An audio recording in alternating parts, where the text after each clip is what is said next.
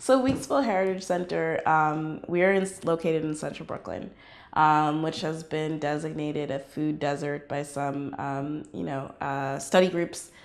So this neighborhood is a mixture of buildings. There's a large housing project directly across the street from our museum that has kind of low-rise buildings, and then one really large senior center tower that's full of senior citizens. And then there's wood frame houses interspersed throughout that, and then there's about 4 other housing project developments within the neighborhood, pretty large developments as well. At Weeksville, or at our museum, one of the things that we're interested in talking about is looking at why the neighborhood is this way, and really getting people thinking about that historically that wasn't the case. That people who lived in Weeksville certainly in the 19th century had kitchen gardens, grew their own food, had access to butchers and bakers and fresh food and fresh produce. And that this kind of lack of access to that stuff is a relatively new phenomenon and new development, and kind of getting and questioning why that's happening. And then also, since it's a new development, kind of trying to empower people who live here to really ask for those things back again, or take those things back again.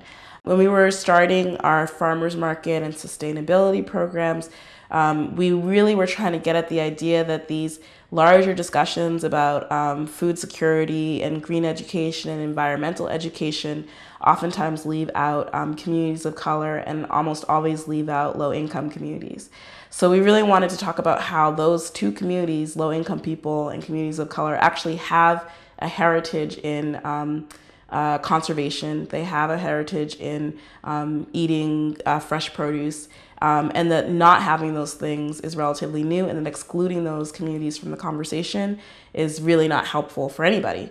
So really we're trying to historicize the conversation, and look at precedents and put the conversation in context, and then also kind of stress the point that people can really take steps to ensure that they have access to that fresh food, whether it's starting a community garden, or shopping at a farmer's market, or trying to start a farmer's market, or joining a CSA that can accommodate their income. All those things are choices that people can make to improve kind of those really depressing words like food desert and food insecurity that are used to describe this neighborhood.